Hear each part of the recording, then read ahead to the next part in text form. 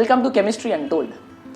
बहुत बार एक क्वेश्चन पूछा जाता है कि ऑर्गेनिक केमिस्ट्री को पढ़ा कैसे जाए, लाइक अप्रोच क्या होना चाहिए ऑर्गेनिक केमिस्ट्री को पढ़ते वक्त। सी ऑर्गेनिक केमिस्ट्री का सबसे ब्यूटीफुल पार्ट है, सबसे बड़ा पार्ट है और सबसे ब्यूटीफुल पार्ट है ऑर्गेनिक केमिस्ट्री।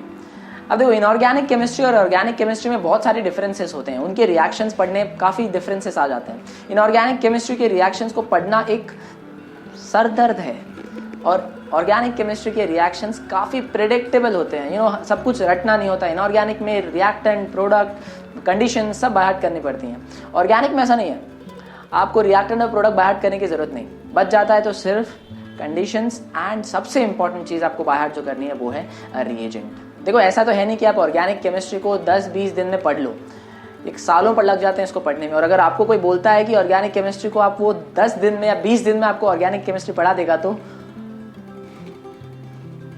झूठ बोल रहा है वो आपसे। उसने खुद सालों पढ़ाई की होगी, तब जाके वो आपके सामने खड़ा होने लायक बना है। आपको 10 दिन में पढ़ा देगा? मेरा ऐसा मानना है कि ऑर्गेनिक केमिस्ट्री को पढ़ने के लिए 2 इंपॉर्टेंट चीजें हैं, बेसिकली 3 बट 2 इंपॉर्टेंट चीजें हैं। पहला, आपको एक चीज याद रखनी है, that is reagent. Reagent organic chemistry में सबसे इंपॉर्टेंट चीज होता है। रिएक्टेंट और प्रोडक्ट वो चेंज होता रहता है, आपको अपने हिसाब से उसको चेंज कर सकते हो, एंड उसको बाय हार्ट नहीं करना। बाय हार्ट करना है तो रिएजेंट को। रिएजेंट सबसे इंपॉर्टेंट चीज है जो कि आपको through out the reaction, through out the organic chemistry आपको याद रखनी है, एंड आपको बहुत काम आने वाली है। और रिएजेंट के साथ साथ वो रिएजेंट किस टाइप का रिएजेंट है, whether it's an oxidising agent, reducing agent, dehydrating agent, alkylation करवाएगा, असाइलेशन करवाएगा, मैनी। सेकेंड इंपॉर्टेंट चीज जो आपको याद रखनी रहती है कि आपके मॉलिक्यूल, रिएक्टेंट मॉलिक्यूल में कहां पर रिएक्शन होने वाला है।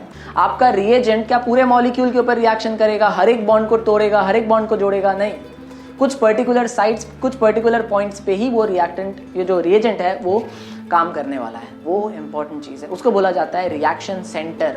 ये मोस्ट ऑफ द केसेस में वो फंक्शनल ग्रुप ही होता है, बट वो एक से ज़्यादा पॉइंट पे भी हो सकता है। So these are the 2 things. जब आप ऑर्गेनिक केमिस्ट्री पढ़ते हो, इन दोनों चीज़ों के सहारे पढ़ो।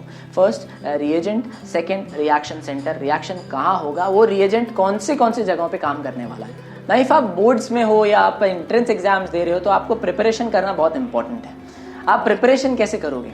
बोर्ड्स के लिए आपको जितने भी रिएक्शंस, मैकेनिज्म्स, फिजिकल प्रॉपर्टीज और केमिकल प्रॉपर्टीज, आप उनको अच्छे से लिख के प्रैक्टिस करो। वही सबसे इंपॉर्टेंट तरीका है उसको प्रैक्टिस करने का।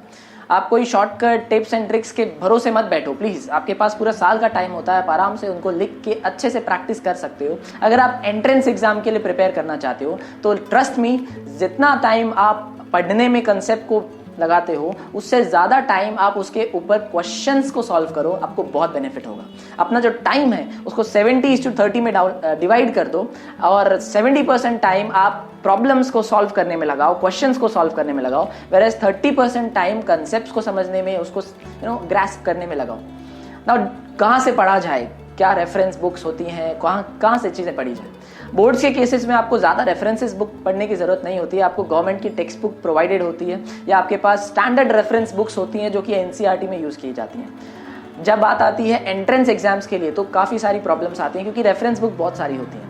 देखो, मेरा ऐसा मानना है कि आपको नॉलेज हर रेफरेंस बुक से सिमिलर टाइप की ही मिलती है, बस फ़र्क आता है रेफरेंस बुक्स में तो उनकी लैंग्वेज का।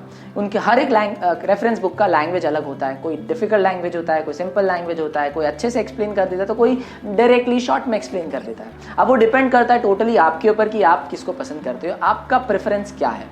अगर मुझसे कोई पूछा जाए तो कौन सी रेफरेंस बुक मैं पर्टिकुलरली यूज़ करता हूँ ऑर्गेनिक केमिस्ट्री के लिए, फिलहाल मेरे पास ये रेफरेंस बुक है, that is KS Verma.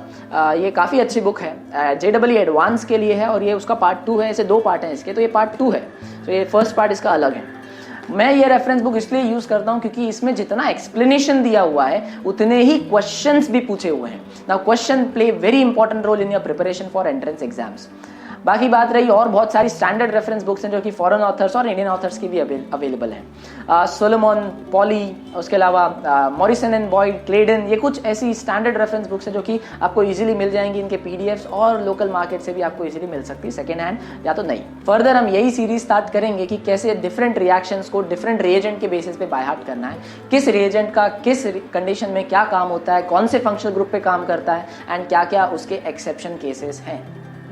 I hope हम ज़रूर काम आएंगे आपको। So keep watching, do subscribe and like.